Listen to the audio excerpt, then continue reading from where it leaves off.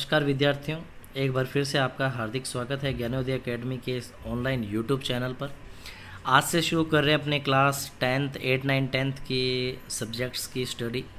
अभी बात करते हैं इस वीडियो में आरबीएसई बोर्ड की जो अनिवार्य हिंदी की किताब लगती है कक्षा 10 की, और इसमें इनकी जो बुक का नाम है क्षितिज।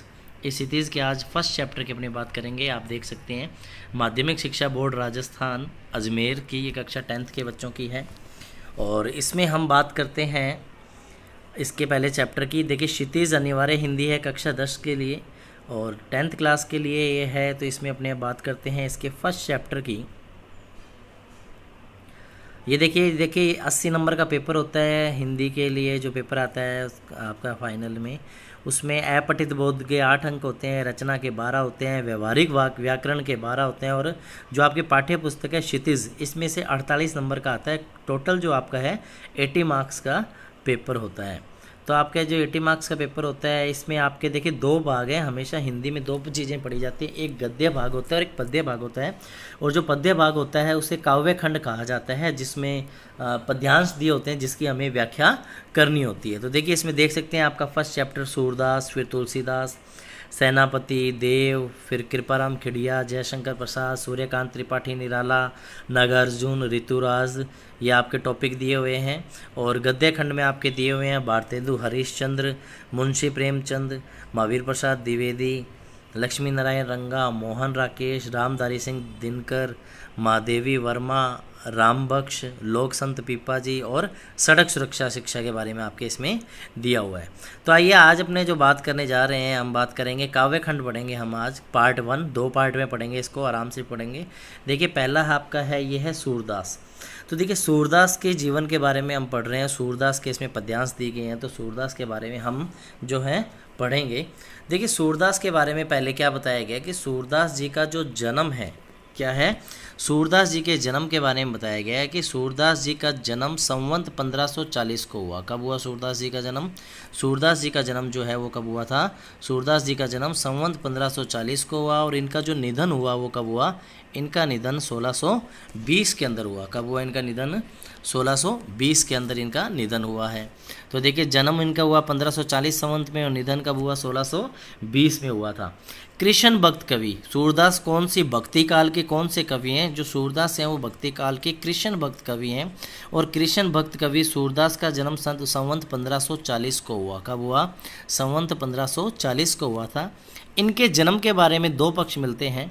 कहा जाता है कि इनका जन्म आगरा और मथुरा के बीच स्थित रुणुकता नामक ग्राम में हुआ। आगरा और मथुरा के बीच कौन से गांव में हुआ? रुणुकता गांव के अंदर इनका जो है जन्म माना जाता है। लेकिन कुछ विद्वान जो हैं वो दिल्ली के निकट सीही ग्राम, ज़्यादातर सीही ग्राम ही माना जाता है, कुछ विद्वान दिल्ली के निकट सीही ग्राम को भी इनकी जन्मस्थली मानते हैं। इसका मतलब जो कृष्ण भक्त कवि हैं सूरदास जी, इनका जन्म आगरा और मथुरा के बीच स्थित रुणकता ग्राम में भी माना जाता है, और कुछ विद्वान जो है वो दिल्ली के निकट सीही ग्राम में भी इनकी जन्मस्थली मानते हैं।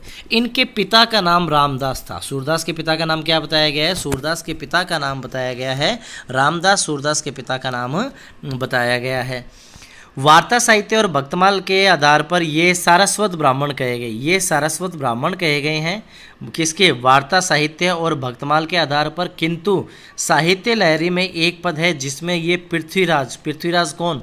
पृथ्वीराज चौहान और उनके के अमात्य और राजकवि चंद्रवरदाई के वंशज माने गए हैं। किसके वंशज माने गए हैं? ये राज दरबारी चंद्रवरदाई के, इनको क्या माना गया है? वंशज माना गया है। किसको माना गया है? इनका वंशज, जो वंशज माना गया है वो माना गया है कि इनको चंद्रवरदाई का वंशज इनको माना गया है। और चंद्रवरदाई के वंशज ब्रह्मभट्ट मालूम होते हैं। इस पद से बहुत सी बातें ज्ञात होती है। इसी पद के आधार पर कहा जाता है कि ये नेत्रहीन होने के कारण, कि जो सूरदास जी थे वो क्या थे? नेत्रहीन होने के कारण, यानी अंधे होने के कारण एक अंधकूप में गिर गए थे। एक कुएं में, गहरे कुएं में गिर गए थे। 6 दिन तक उस कुएं में सूरदास जी पड़े रहे, और वहाँ पर 6 दिन तक पड़े रहने के बाद श्री कृष्ण जी ने इन्हें दर्शन दिए और सैनेत्र कर दिया, यानी इनकी आंखों की रोशनी वापस आ गई भगवान कृष्ण जी के आशीर्वाद से। इस पर सूरदास ने कहा, प्रभु जिन नेत्रों से आपके दर्शन हुए हैं अब उनसे मैं सांसारिक पापों को नहीं देखना चाहता। उनके निवेदन से नेत्र सदा के लिए बंद हो गए, यानी कि सूरदास जी फिर अंधे हो गए, लेकिन उनके जो ज्ञान के चक्षु हैं वो हमेशा के लिए क्या हो गए, खुल गए थे। सूरदास जी जन्म से अंधे थे, ये एक विवादास्पद है। कुछ विद्वान जो साहित्यकार हैं वो कहते हैं कि वो जन्म से ही अंधे थे, और कुछ लोग कहते हैं कि वो बाद में अंधे हो गए थे।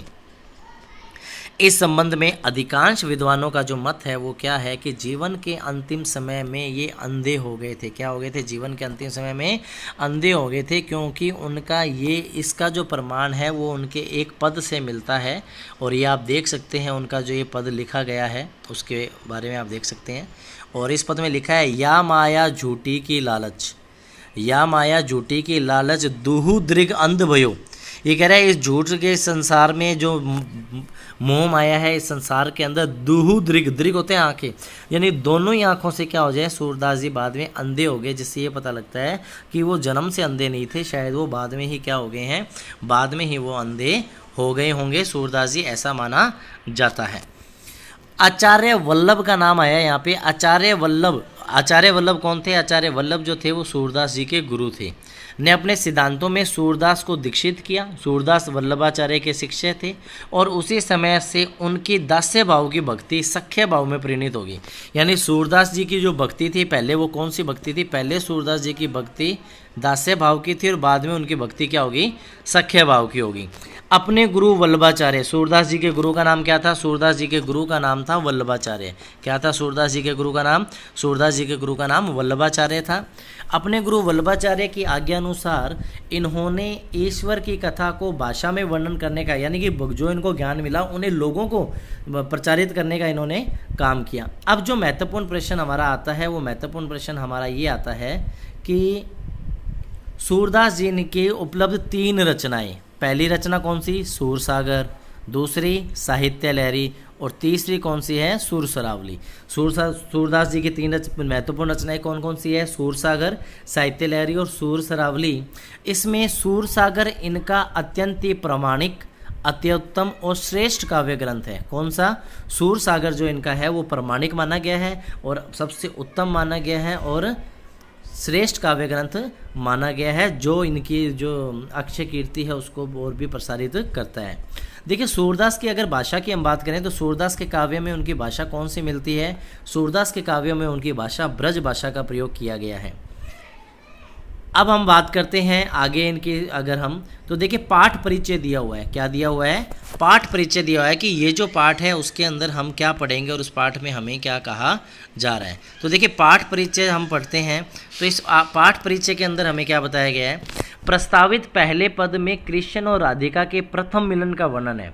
यानी जो हम पद्यांश पढ़ेंगे, 4 पद्यांश हैं, इसमें पहले में कृष्ण और राधिका का मिलन बताया गया, बाद में उद्धव और गोपियों का संवाद है।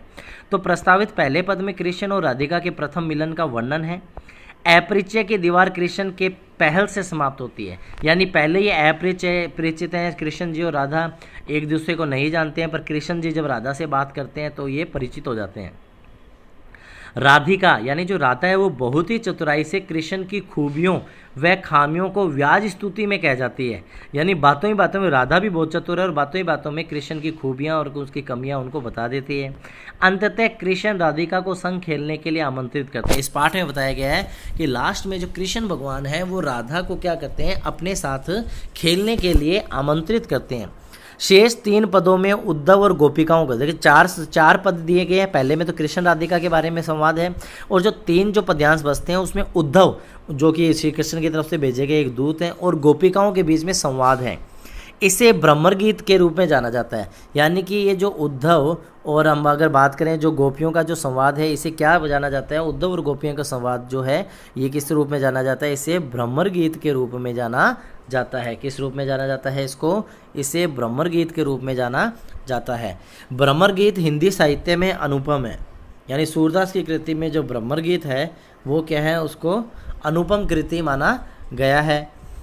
उद्धव निर्गुण ब्रह्मा के प्रवक्ता के रूप में गोकुल आते हैं। यानी कि उद्धव क्या करते हैं? कृष्ण जी के रूप का एक दूत के रूप में गोकुल में आते हैं, किंतु वो देखते हैं कि जितनी भी गोपियां हैं वो कृष्ण से के सम्मोहन में डूबी हुई है और उद्धव जी की बातों को इतना सुन ही नहीं रही है, बल्कि उनसे उनकी शिकायतें कर रही है। गोपिकाओं के उपालंब विदग्धता और करुणा से भरे हैं। वो कह रहे हैं भी कृष्ण जी ने हमें धोखा दिया है, वो हमें अपने दर्शन नहीं दे रहे हैं। इस प्रकार का जो इस पाठ के अंदर क्या है वर्णन किया गया और गोपियों के व्यंग्यों को इसके अंदर बताया गया है। गोपी अपने व्यंग्य के बाणों से उद्धव का हृदय छलनी हो जाता है। वो व्यंग्य करती है कि आपके कृष्ण ऐसे हैं ऐसे हैं, वे स्वयं कृष्ण में हो जाते हैं और इतनी अच्छी लगती है उद्धव जी को गोपियों की बातें कि वो खुद कृष्ण की भक्ति में लीन हो जाते हैं। आस्था के सक्षम उद्धव के सिद्धांत फीके पड़ जाते हैं। और इस पद के बारे में आज हम 4 पद्यांश हैं, पहले पद्यांश को अच्छी तरह पढ़ेंगे और बाकी 3 पे मैं वीडियो आपके लिए नेक्स्ट वीडियो में लेके आऊँगा। 3 देखिए, पहला पद बहुत ही ईजी है और ध्यान से हमें पढ़ना है। और पहला पद आप देखिए, मैं थोड़ा सा जूम कर देता हूँ ताकि आपको अच्छी तरह ये समझ में आ जाए।